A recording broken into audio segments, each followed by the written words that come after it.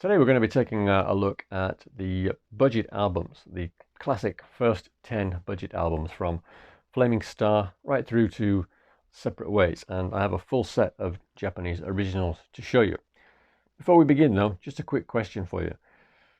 On those albums, those 10 Camden albums released up to Separate Ways, one song was actually on 2 albums. The same song appeared on 2 albums. Do you know what that song is? Okay, we'll check the answer when I get to that point. So first of all, let's go briefly back to Flaming Star, because I did a video on the Flaming Star album recently.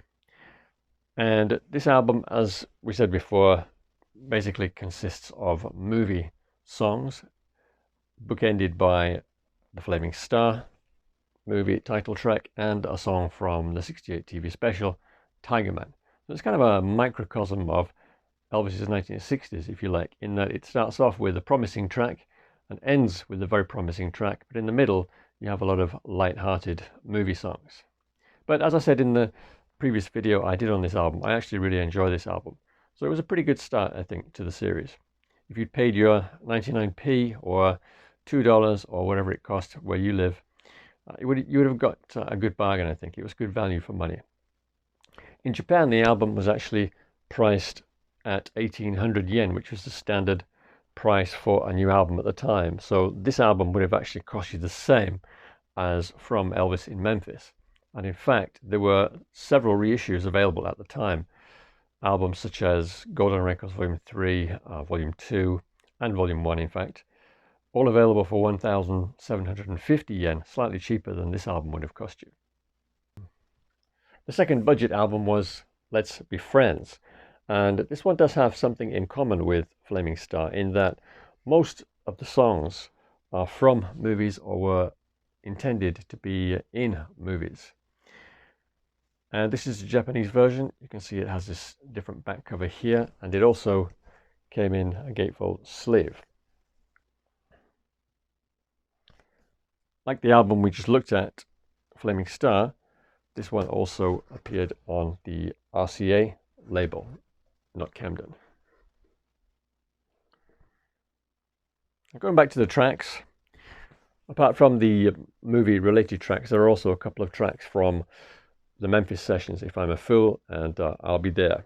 Apart from Stairway Joe, which is a bit feeble, it's a pretty good album. Once again, I think if you'd bought this album back in the day, you would have got a good bargain, I think. The third budget album to appear was the Christmas album, which would go on to be Elvis's best-selling album and the best-selling Christmas album of all time. This album actually didn't come out in Japan until after Elvis died in December 1977. And the reason for that was because the original 12-track version had been available all that time in Japan.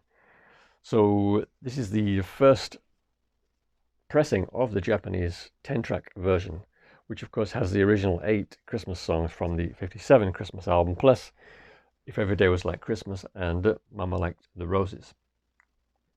Very strong album. I'm not too keen on Mama Liked the Roses, and it's not really a Christmas song, but still a good album, and once again an excellent value for money album. This one was also on the RCA label, and it was released at a budget price of 1,500 yen.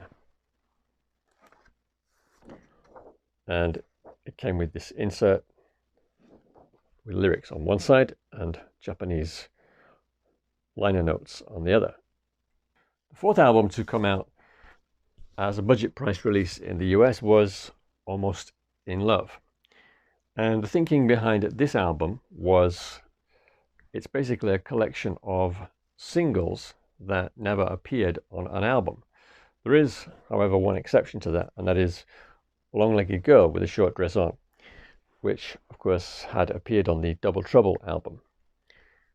And once again, this Japanese copy has a gatefold sleeve, and it's also on the RCA label.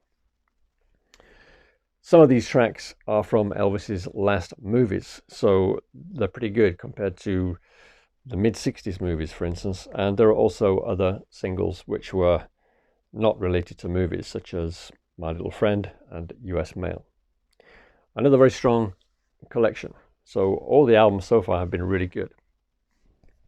So since RCA put those 8 Christmas songs on the new Christmas album, they had 4 gospel songs from the original Christmas album to play with. So they decided to put them on this album here, You'll Never Walk Alone.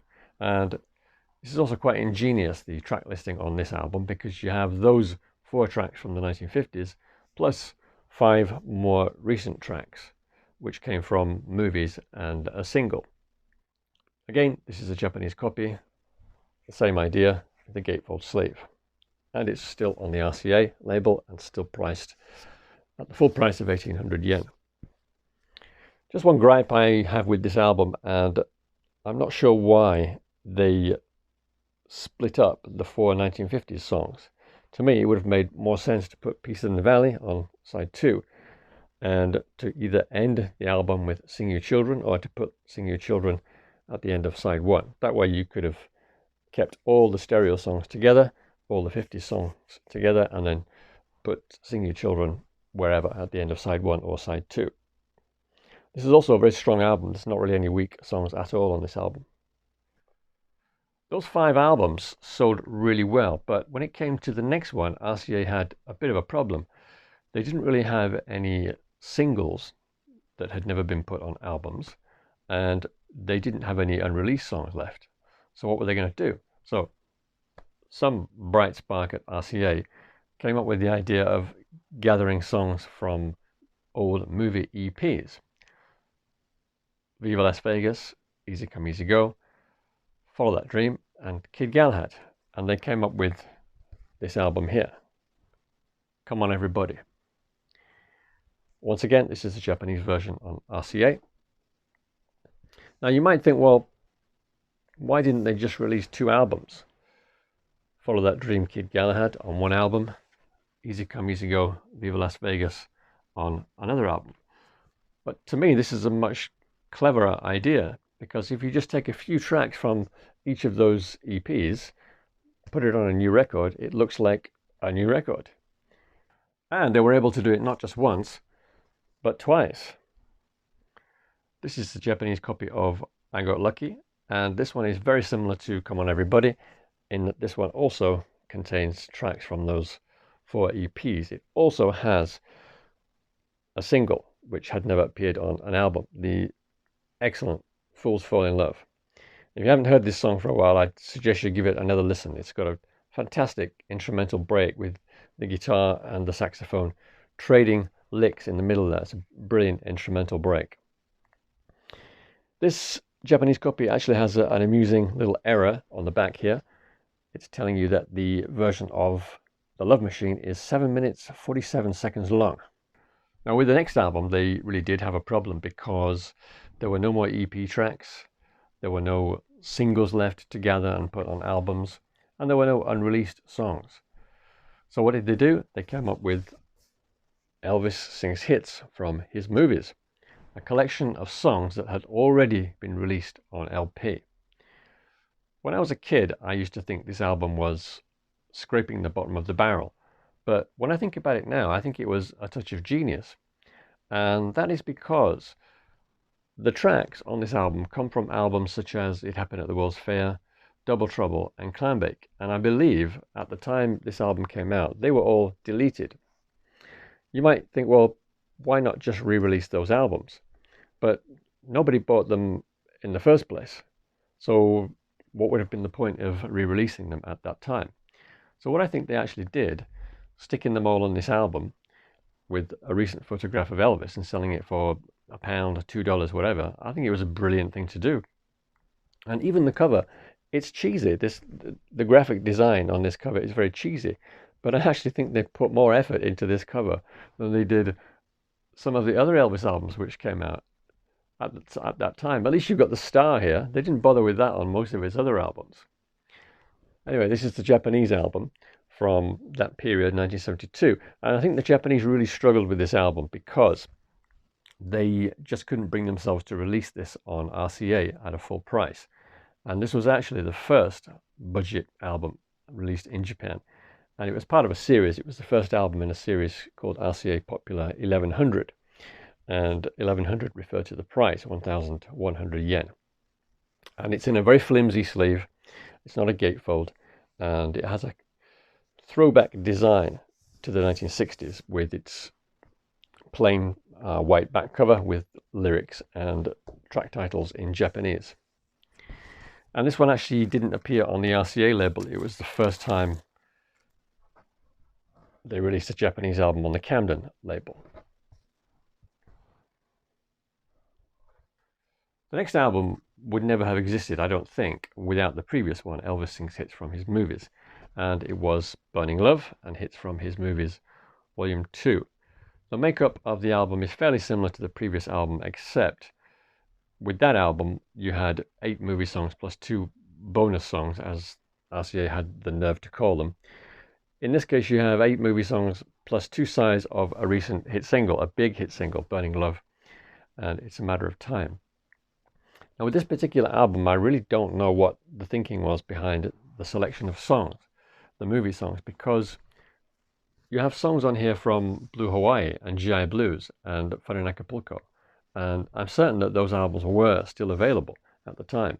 So who knows what they were thinking by releasing this particular set of songs. In Japan, they once again released it on Camden at a budget price of 1100 yen, but they did actually make the effort to put it in a nice cover this time. It's not a gatefold anymore, but it's on a much thicker card than the previous album. And the thinking behind the last album we're looking at today, the last of the classic Camden albums, if you like, was fairly similar to the Burning Love album in that you had 2 sides of a recent single plus 8 other older songs. And in this case, the single was Separate Ways with It's a Matter of Time. And the 8 older songs were actually, in this case, not from movies. They were from a variety of older albums. And the theme seems to be separation. Most of the songs have got something to do with breakups of one kind or another, with the exception of I Slipped, I Stumbled, I Fell, which doesn't seem like a breakup song to me, as he sings the line, "Thought I'd get hurt, but it's turning out swell." But anyway, I think the basic idea here is the theme of separation.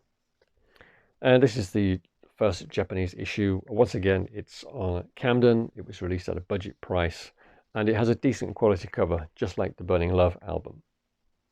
And just to return to the quiz question I set you at the beginning of the video, which song appeared on 2 of these albums?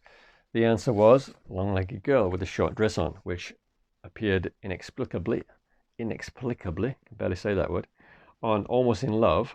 As I said at the time, this was a collection of singles which had not appeared on album, so why it appeared on this album, I have no idea. And it also appeared on the Elvis Sings Hits from His Movies album, and again, I have no idea why it's on here, because it had already appeared on the Almost in Love album. So there you go, a decent set of albums in my opinion. All of them would have been good value for money back in the day, although if anyone can explain the rationale behind the selection of movie songs from this album, please let me know, because I have no idea. That's it for today. See you next time. Take care. Cheers.